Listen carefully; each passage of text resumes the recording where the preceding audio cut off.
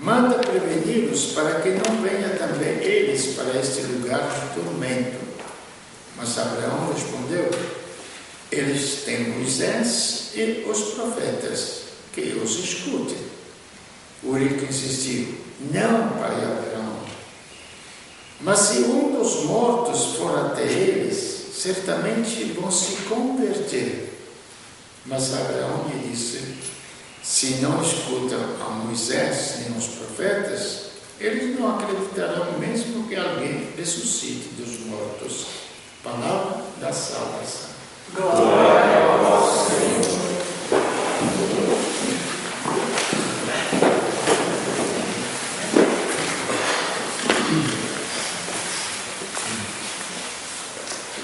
Nós estamos seguindo aqui, eu acho, o anúncio do cristianismo dos primeiros tempos aos pagãos, que o mundo moderno praticamente se tornou totalmente pagão, a não ser até dentro da própria igreja. Por quê?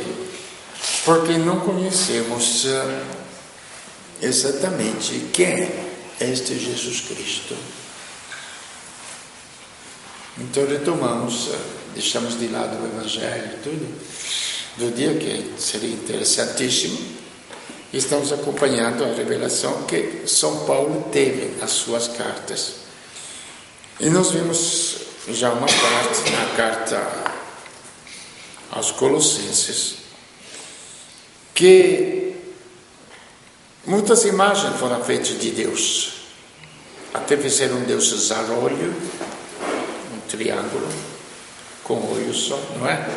Na matriz, não tem? Na matriz de Caçapava tem um Deus zarolho com olho só. Ou fizeram um Deus com barba branca, aí a imaginação vai longe. Não pode se imaginar o que é espiritual. Mas Deus se manifestou.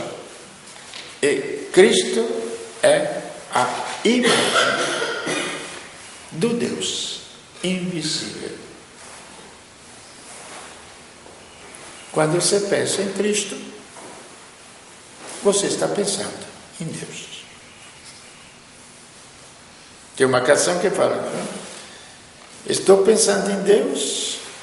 Como é que fala? Não pensa nem em Deus nem no amor, porque não dá para pensar. Mas numa pessoa física dá para pensar. A nossa vida é muito simples, não é?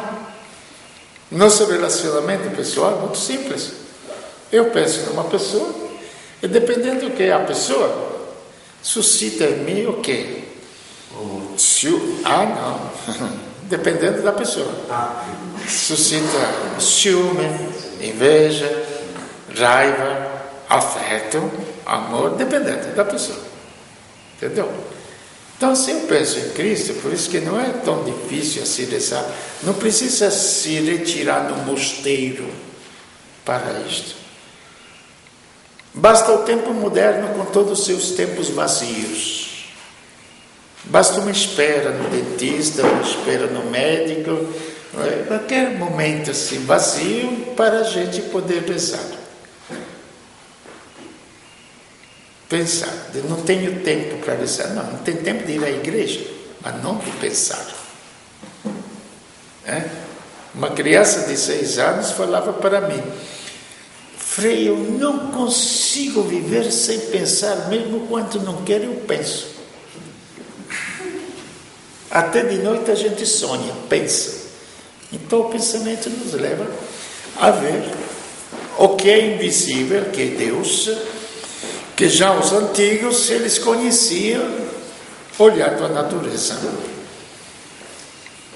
E olhando a criação, como olhando um quadro, uma pintura, a gente imagina que inteligência e sensibilidade pode ter o artista, não é? Então, olhando simplesmente com simplicidade, gente, não precisa complicar as coisas, não. Olhando as coisas que acontecem na natureza, nós podemos olhar quem fez a natureza. Aí tudo bem. Mas não para aí a história. Em Cristo, então, nós vemos Deus. Então, quando você se imagina a flagelação, ou vê que ele faz um milagre, todo mundo abriu os olhos ao cego, ressuscitou o morto. Não? Aquela pessoa é Deus. Está na cruz, é Deus. Não fique chorando, não, pessoal. Não precisa chorar, que está na cruz. É Deus que está na cruz.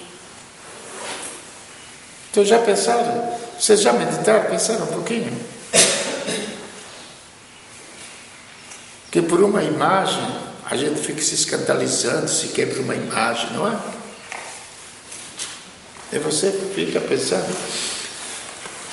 Aconteceu, para ter uma ideia muito simples, anos atrás, dizem, não sei se foi verdade, mas acho que sim, em Jacareí, que profanaram o sacrário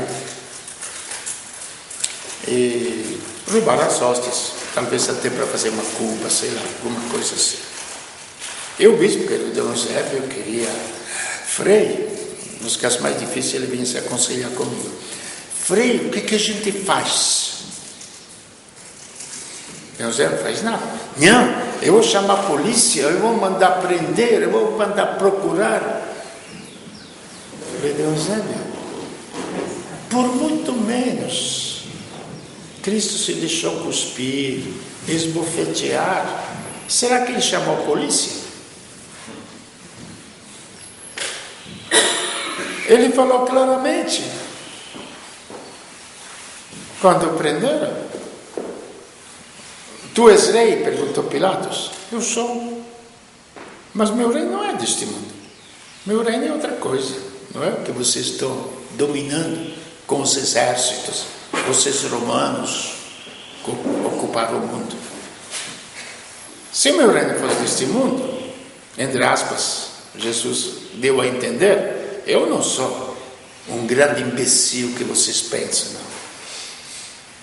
Porque se meu reino fosse deste mundo, os meus soldados lutariam para eu não ser entregue a vocês.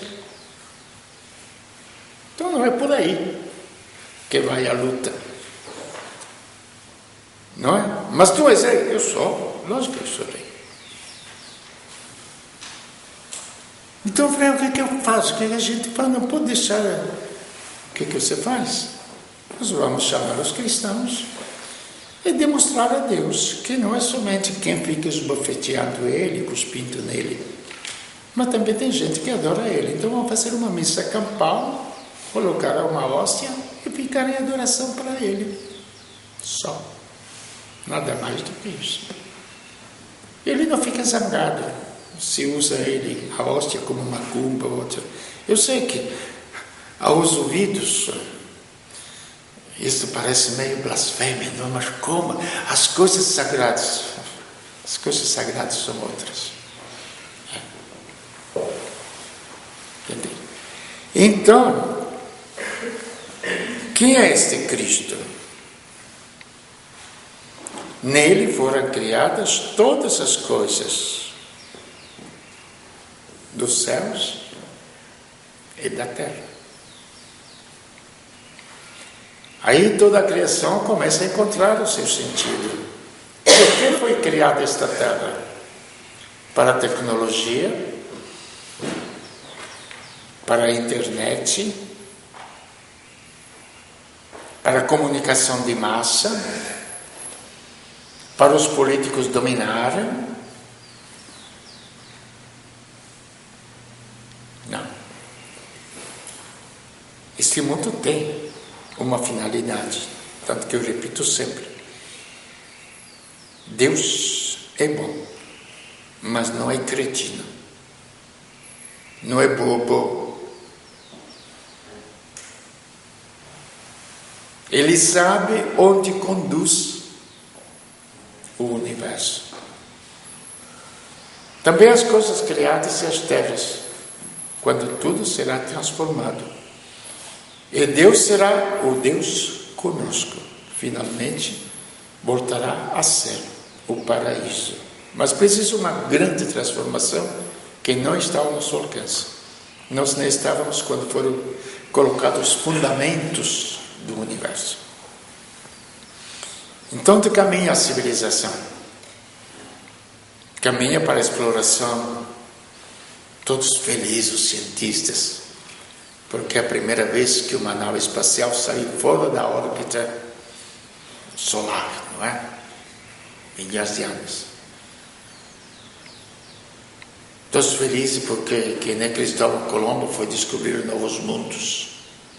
Agora vamos descobrir se tem outra gente nos outros planetas. Como é pequenininho isto, gente. Como é pequenininho a ciência humana. Diante desta visão que o universo todo, gente, caminha para Deus. Onde Deus virá habitar.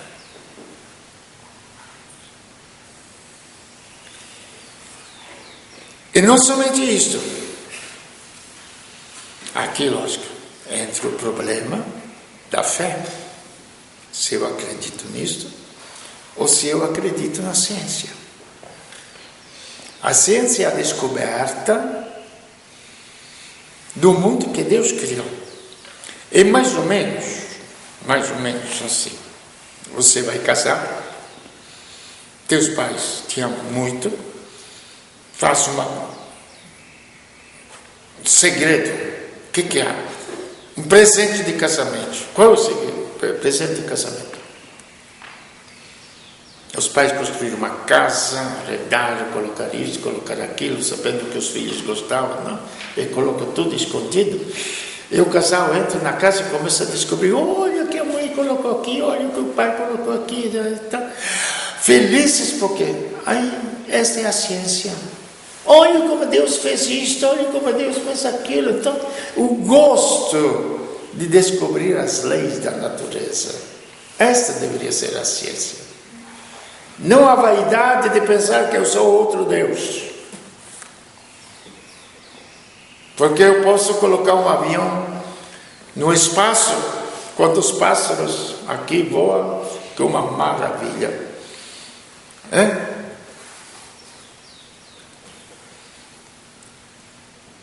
E ele é antes de tudo, e tudo subsiste nele, aqui, que é a coisa mais difícil.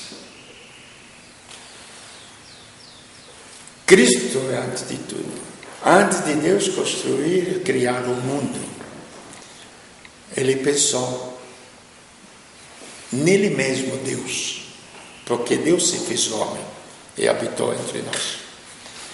Ele pensou nele mesmo como criatura humana. E o mundo então foi feito em função da criatura humana. Mas pensou ele como criatura humana. Então nós podemos ver o grande esforço, os grandes terremotos, tudo como é que o ser humano, ele é esmagado pelas forças da natureza. A gente viu aquele tornado lá no sul, nos tornados dos Estados Unidos, tempestades aí por diante do terremoto. E em Cristo nós podemos ver o quê? Vamos prestar bem atenção para meditar bem esta pessoa, figura de Cristo. Nós encontramos Cristo dormindo num barco. Pequenos sinais, isto. Num barco, numa tempestade. Os apóstolos, que somos nós, criaturas humanas, que lutam para isto, para aquilo, jogar água fora para não afundar com o barco, não é? E ele dormindo tranquilamente. Mestre, acorda que nós estamos afundando. Ele, por quê? Por que tem medo? Pô, o barco está afundando, não tem medo. Levanta, para vento, para a tempestade. Que é isto? Por que ter medo? E aí por diante. Tudo nele subsiste. E tudo foi feito para Ele. Ele é a cabeça do corpo, que é a igreja. Ele é o princípio, o primogênito dos mortos, para ocupar em tudo o primeiro lugar. Então, Ele é a cabeça da igreja. Vamos parar nisto aqui hoje. O que é a igreja, então? Nesta visão, daquilo que a gente estava conversando. A igreja é, por um acaso, uma seita que se chama de católicos? A igreja é uma seita que se chama de outras religiões? Ou a igreja é a humanidade toda? Aí que entra. Como é que participam de Cristo todos os seres humanos? Quando eu estudava na teologia, disseram que a Cristo se vai pelo batismo. Lógico, somos batizados em Cristo. Então existem 3 tipos de batismo. Não sei ensinar isso, não precisa chegar a nenhum ecumenismo, nem nenhuma fazer média, para não brigar muito. Antigamente se brigava muito, não? Um grupo contra o outro. Já quando a gente estudava bem anos atrás, isso já de séculos atrás, existe batismo sacramental. Você vai à igreja, faz o batismo, tá bom. Batismo de sangue, quando alguém mesmo não sendo cristão ainda, era martirizado, morria, testemunhava Cristo, mesmo ainda catecúmeno, pelo próprio sangue, era batizado em Cristo. Então veja que já começa a ser mais dinâmico, mais humano, eu chamaria. E existe o batismo de desejo. O que é o batismo de desejo? As pessoas que não conhecem, porque hoje em dia se ouviu falar de Cristo pela internet, pela televisão, etc. Acho que é pouca gente não ouviram falar de Cristo. Ouviram, mas não sabem. Mas tem muita gente que procura este mundo, mesmo entre aqueles que a gente chama de pagãos. Se chama batismo de desejo. Buscam a verdade, buscam a justiça, mesmo sem nunca pisar numa igreja. Lutam dentro, nas coisas humanas, com tudo. É que Jesus já antigamente tinha falado: felizes os que têm fome e sede de justiça. E nisto nós podemos encontrar muita gente no mundo. Este é o batismo de desejo. Que com isso nós comungamos com Cristo. Que Ele tem fome e sede de justiça, para que o reino de Deus, da verdade, esteja realizado no meio dos homens. Então, nele foram criados. Mas Ele é a cabeça, então, da igreja. Ele é a cabeça da humanidade. Quando Deus se uniu ao ser humano, Ele se uniu a toda a humanidade. Agora nós temos que explicar isto. Não sei o que você se entende por igreja, ou a burrice que eu entendi por muito tempo como igreja, quase como uma visão física, não é? A cabeça, o corpo, então são braços, porque até explica São Paulo, quando ele explica o corpo, a mão não é a mesma coisa que a visão. A visão não é a mesma coisa que o ouvido. O ouvido não é a mesma coisa que as pernas. Então, tem várias funções. Então, todo o corpo funciona junto. Então, nós imaginamos, se eu peço, eu estou transferindo na mente de vocês. Então, a gente imagina, dentro das nossas igrejas, que está organizada em pastorais, não é? Então organiza as pastorais. Vai organizar a pastoral? Ok, lógico, um monte de coisas. Antigamente a igreja era organizada em profetas, etc, etc, que cada um dava a sua riqueza, porque cada coisa é uma sensibilidade que eu tenho, da sensibilidade e da riqueza ao meu ser. Os olhos me fazem enxergar as cores, as mãos me dão sensibilidade, possibilidade de trabalhar, etc. Mas, o que é que movimenta as mãos, as pernas, o corpo, a vontade? O que é que movimenta? Cabeça é um ferramenta. Então a cabeça, aqui estamos como cabeça, como inteligência, sabedoria. Por quê? O porquê das coisas.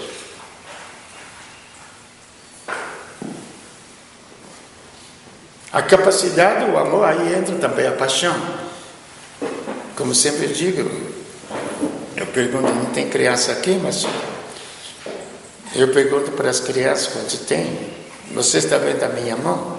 Estou. Se eu der um tapa, assusta. Se eu der um tapa para você, o que eu sou? Você é mau. Se eu faço um carinho em você, o que eu sou? Você é bom.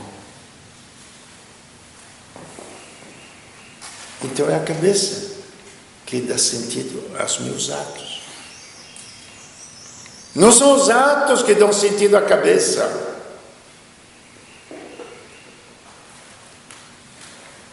Então a conversão, quando se fala de conversão, tem que ser na cabeça.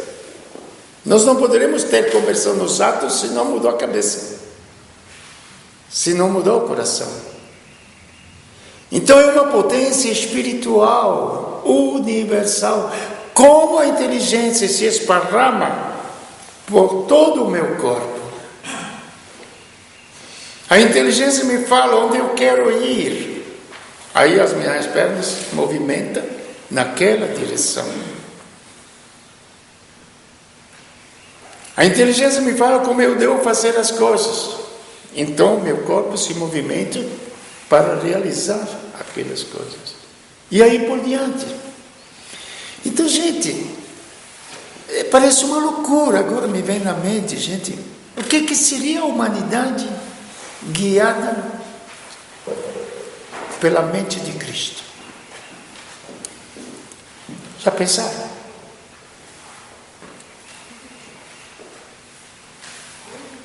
O que seria a reunião dos políticos, que seriam os administradores da comunidade, não é? É preciso fazer todas aquelas passeadas contra a corrupção, contra isto, contra aquilo, não? Vamos no prático, porque aqui é o problema.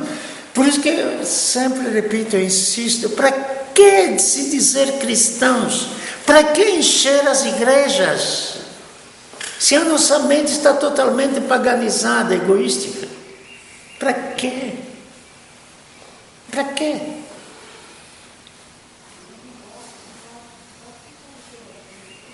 Um exemplo simples. Simples. Quanto custa para aumentar o salário mínimo? Infinitas discussões para ver se tem recurso ou não tem recurso, não é? Com gente simplesmente não é nem deputado, não é nada lá. Com salários lá no parlamento, no Senado, de 35, 40, 50 mil reais. Vocês acham que é uma capacidade e a mente que está raciocinando? Pelo amor de Deus, isso é loucura.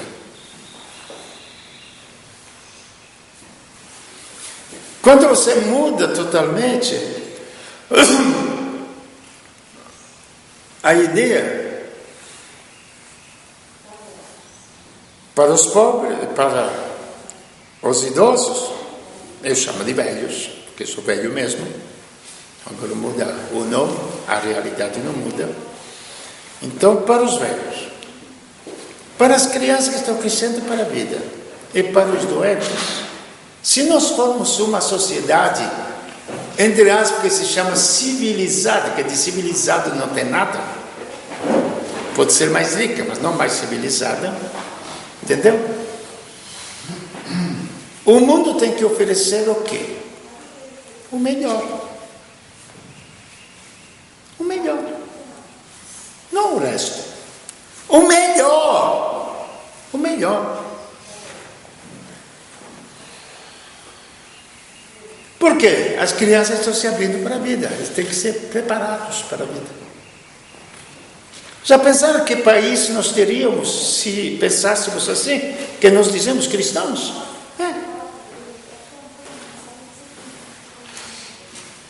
Que política nós teríamos se nós dissermos cristãos?